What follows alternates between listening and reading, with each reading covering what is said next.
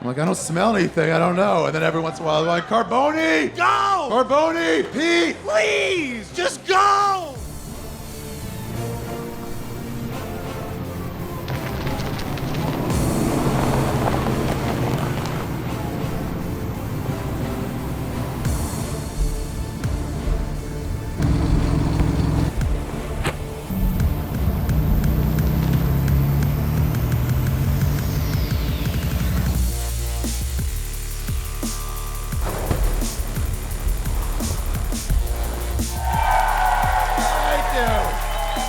On this show, here's what happens. It's a bunch of comics telling true stories, and that's all it is. Ladies and gentlemen, Ari Shaffir!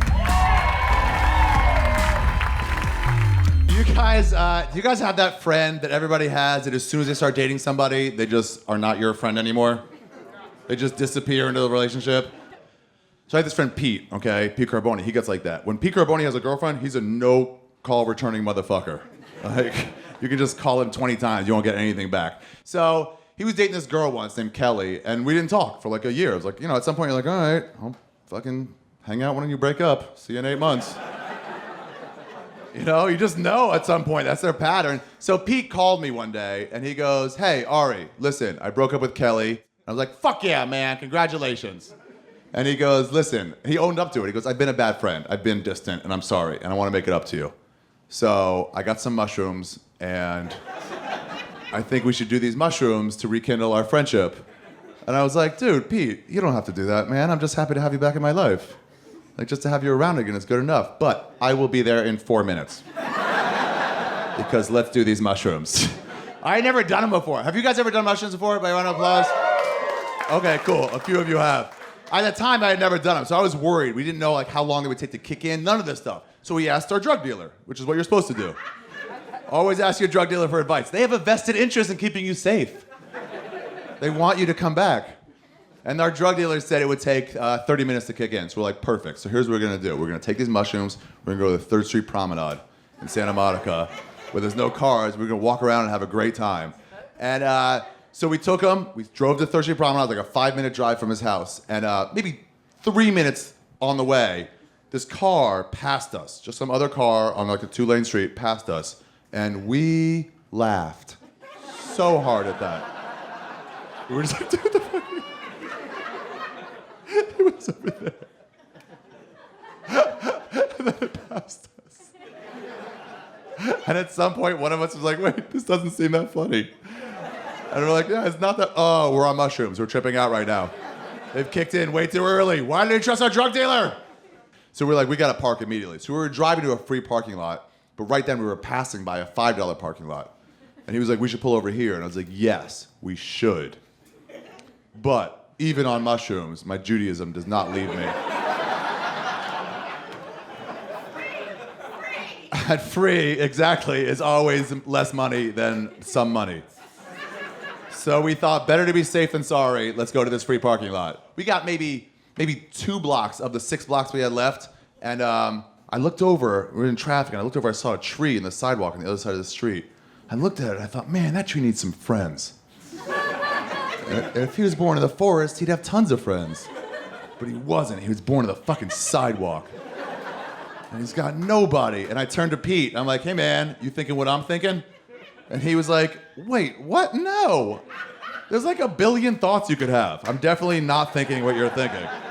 The odds of that are just, it's crazy. It's mind-blowing. And he goes, for instance, I'm thinking we should go hug that tree. I'm like, that's exactly what I was thinking. That's the exact thing. So he goes, okay, but let's not get out here, because if we get out in the middle of the street, it'll be weird that we're just abandoning our car in the middle lane.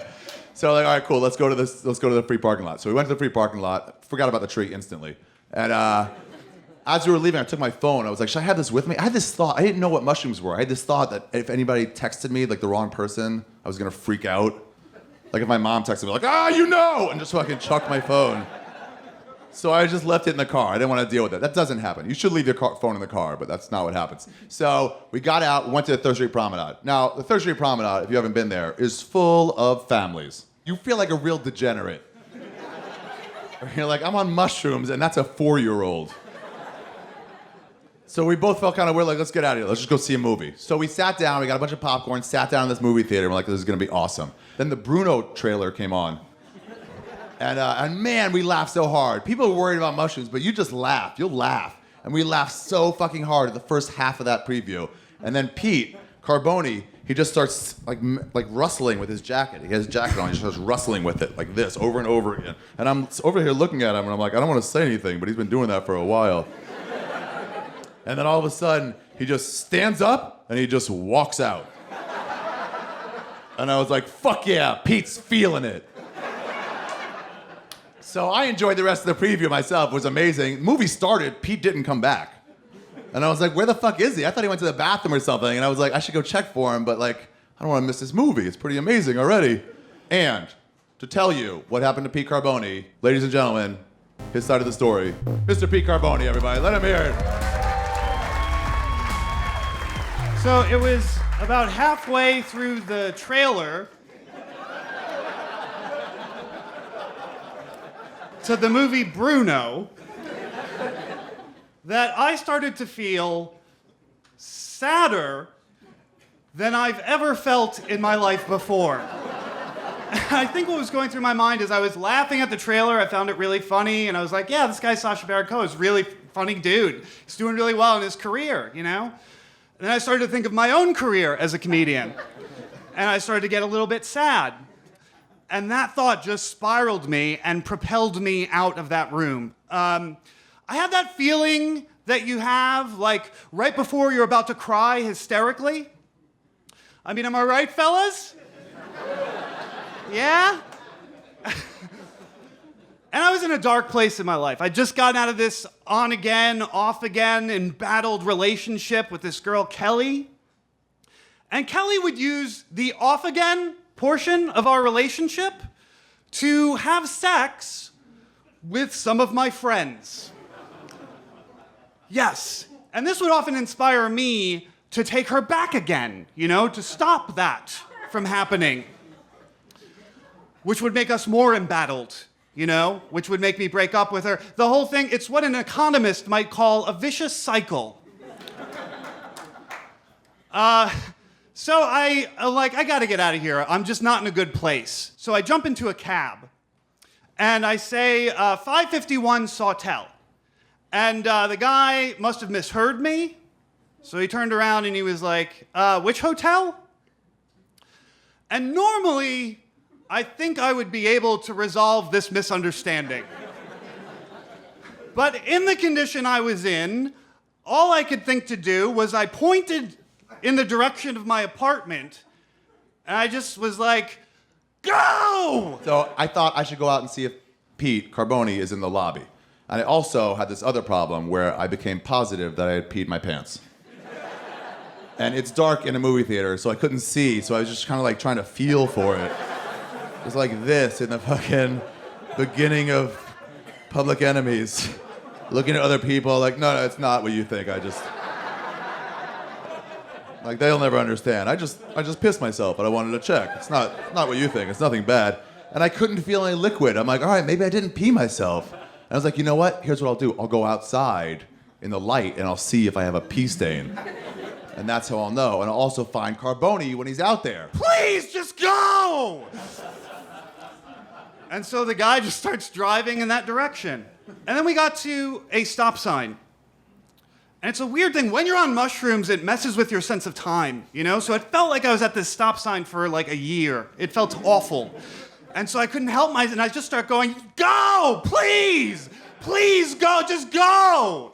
And then the guy would drive faster, and then he'd get to the next stoplight sooner, and then I'd yell, go again. I mean, this is another vicious cycle I've found myself in. So I got out of the cab, I told him to stop, got out, and I gave him $100, and then I turned and I just started running. And I was running down Bundy Avenue, which, if you don't know, is basically a 4-lane highway. And it's probably too big of a street to be running down, dressed like this, as fast as you can while you're crying hysterically. So I went outside, I looked, I didn't see him right away. I was like, oh, let me check that pee stain. And I didn't see a stain. I was like, oh, fuck yeah.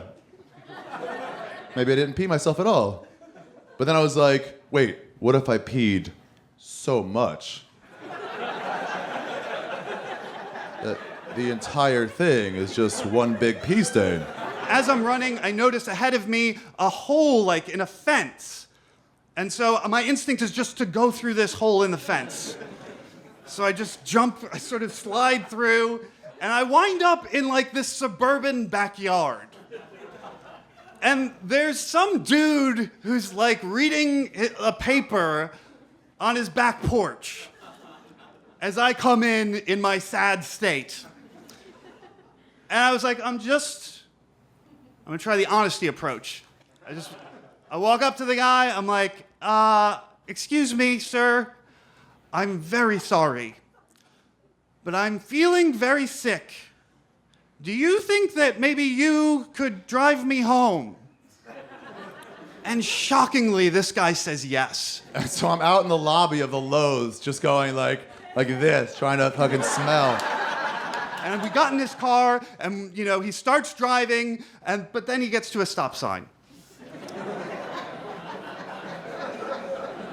And I'm just out of control. I'm like, man, just go! Like, I don't smell anything, I don't know. And then every once in a while, I'm like, Carboni! Go! Carboni, Pete! Please, just go! I was like, all right, I should go find him. I don't know where Pete is, but I should go find him. But then I was like, oh, what if he comes back here? Let's just make the movie home base. That'll be the home base. So I watched the movie every 30 minutes. I'm like, where the fuck is Pete? Where's Pete? Until finally I felt so bad. I felt like this degenerate. I'm doing mushrooms on a Monday morning. I jump out of his car and I throw $200 at him. And he says to me, he's like, man, I just drove you like 5 blocks. It's really, and I was like, just take it! And then I just started running. And I ran all the way home. And when I got home, I started to feel a little bit lonely. And I started to rethink things with Kelly, It's like, yeah, she slept with a few of my friends. Okay. Maybe I can just take that as she finds my friends really charming and attractive. In a way that's like a compliment. At the end of the movie, everybody stood up, started to leave. I saw this kid, this 18-year-old kid, and he was with his grandparents, and they stood up and they were discussing the movie they just saw. And it was so beautiful. So I called her, and I asked her to come over. I was overcome with emotion. I was like, this kid is still spending time with his grandparents. That's so fucking wonderful. When she got there, I begged her to take me back. And she did. I was almost like getting choked up, and I was like, my grandparents are all gone. I'll never get a chance to see Public Enemies with them. And then I kissed her so passionately, as so many of my friends had done before me. But anyway, pick up the phone and called Pete. And then my phone rang. And it was Ari. I was like, oh, yeah. That's right. Like, we were supposed to be doing mushrooms today to rekindle our friendship because I've been such a bad friend. Oh, no. But I pick up the phone, and it's Ari. And Ari, do you remember what you said? Yeah, I was worried about you. So I was like, hey, are you okay? Yeah. And I thought he was going to attack me, which would have been the right thing to do. And then I was like, I don't know how to tell him this. So I was like, yeah, I'm good. I'm good. I'm here with Kelly. Oh. Yeah, I forgot about that. You were like, I'm here with Kelly. We got back together. But I was like, all right, well, at least you're all right. Yeah, he was a good sport about it. And then not only that, then he says to me, he's like, hey, man, I just want to let you know that I love you. I did. I was really concerned with you.